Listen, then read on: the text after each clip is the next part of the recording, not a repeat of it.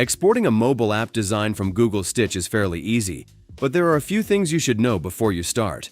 So let's see how it works. Design a mobile habit tracker with a cyberpunk vibe, dark UI, glowing neon accents, hacker/terminal aesthetic.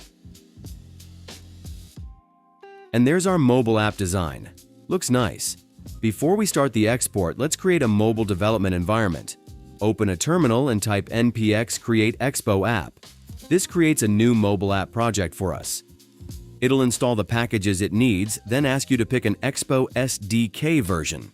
Pay attention here, if you go with the latest SDK 57, setup gets more involved. You'll need a specific version of the Expo Go app, and you'll have to hand it your test device's unique device identifier you did. So if this is your first time through, just start with the App Store version and update later. Okay, environment's ready. Let's export our Stitch design. First, we need to set up the MCP server. In the MCP view, there's a Setup button.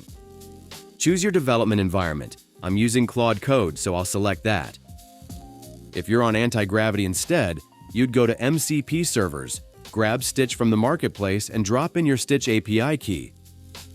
I'm using Visual Studio Code with the Claude Code extension, so I'll paste the setup command here. Looks like the URL is in the wrong place, so I'll fix that. Once it's installed, close the extension and start a new session. You'll probably need to do the same in other editors too. Next, we need the Stitch skill that converts our HTML design into React Native components. Here's the install command.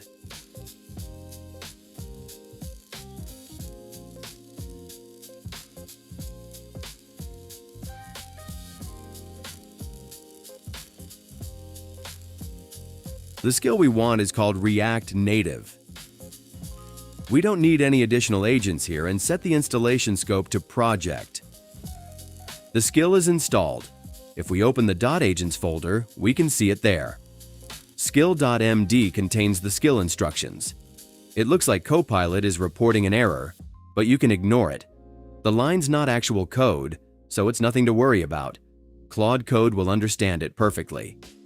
Check the README and you'll find an example prompt. It needs both the project name and the screen name. You can grab those straight off the screen, but here's an easier way. Select a screen, hit Export, choose MCP, then click Copy Prompt. That gives you a prompt with the correct names and IDs already baked in, so there's no room for the coding assistant to get it wrong.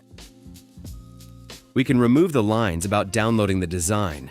If you only wanted to convert one screen, this prompt would be perfect. But we're going to export all 4 screens, so I'll remove the screen reference too.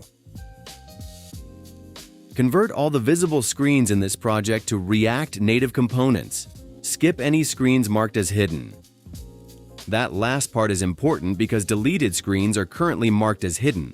So, for example, if you're trying out different alternatives and delete the ones you don't like, the skill could still convert those screens. We don't need them. It's also good to know because the conversion takes some time. This particular conversion of 4 screens took about 15 minutes. The exact time depends on the AI subscription you're using. The conversion is done and Claude asks if we want to run the validation script. Yes, let's run the checks. Everything passed, so let's launch our local dev server by running npx expo start. That gives us a QR code. I'll grab my camera and scan it. And just to be clear, this is my actual iPhone, not a simulator, a real device. And there's our app. Looks just like it did in Stitch.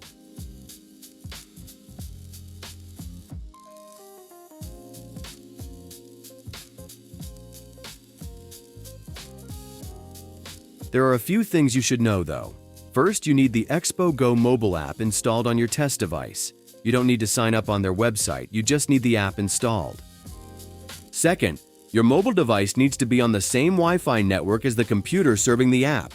Expo Go looks for a specific IP address on that local network. Third, even though the app looks great, there can be small differences because mobile versions of some web components can look slightly different. For example, the checkboxes on the dashboard screen look a tiny bit different. If you're an Android person, here's how the design looks on an Android tablet. And if you prefer using a simulator during development, just type npx expo start-iOS or -Android. Those need Xcode or Android Studio installed first. I've got another video walking through that setup, so check my channel if you need it. Mobile apps usually need a backend too, so let's set that up real quick. I'll use Firebase for this. First, install the Firebase tools and log in. You'll need a Firebase account. Head to their site and sign up. The good news is that Firebase has a generous free tier, so you can get pretty far without paying anything. The login opens a browser and I'll sign in with my Google credentials. Next, we need to set up the Firebase MCP server.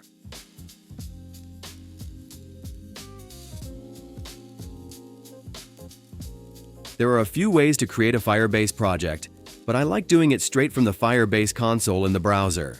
No weird errors along the way, and you can actually see everything happening as you initialize each service. With the project created, let's set up the Firestore database. I'll leave everything on default settings and choose test mode. Quick but important note: test mode means the database is completely public. Anyone can read or write to it, so don't forget to switch it over to production mode at some point. Everything is set up.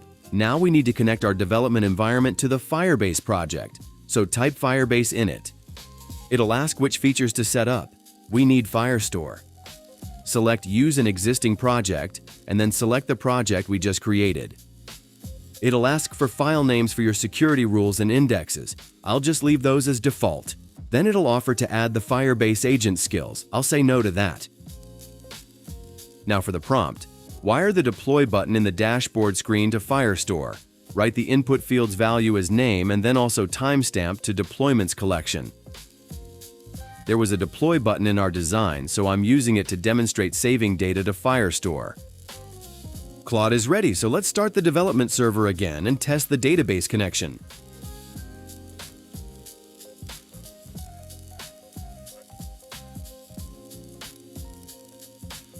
I'll enter a name and tap Deploy. And there's our data in the database. And that wraps up the tutorial. We exported a mobile app from Stitch and then added a backend with Firebase. If you liked the video, hit the like button. If you didn't, share it with your friends and tell them you disliked it. See you in the next one.